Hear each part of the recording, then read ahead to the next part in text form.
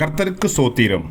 இன்றைய வேதவசனம் 16ஆம் சங்கீதம் 11ஆம் வசனம். ஜீவ மார்க்கத்தை எனக்கு தெரியப்படுத்துவீர்.